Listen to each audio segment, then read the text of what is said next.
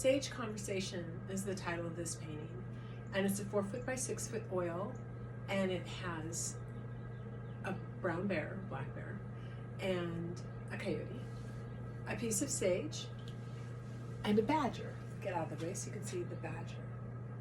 And this painting took me a while to come up with. I wasn't exactly sure where I was going.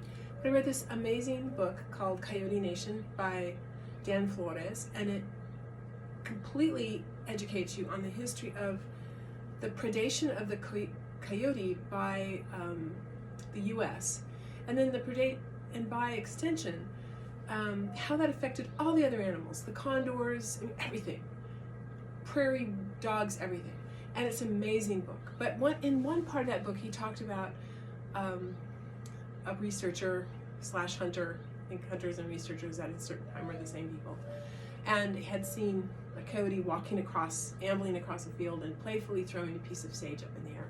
And this reminded me so much of the different coyotes. I have seen so many coyotes in my life.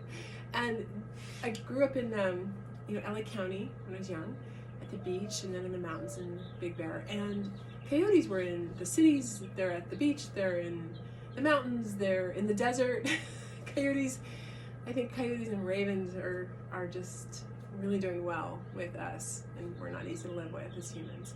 So this painting is oil and a lot of wood carving. All of the lighter color you see is, first I did layers of paint, and then I went in and I carved and put layers of paint again, and I really wanted a strong texture. This is oil. This is part of my woodland series I've been working on since about 2016. And I've switched in this lot in 2024 to oils, where I was using acrylic and mixed media. Now I'm using mostly oils and charcoal and wood carving, and depending on the substrate I'm using. So everything here is, a lot of bears have been in my life. I've been fortunate to be in the woods and not meet any mean ones.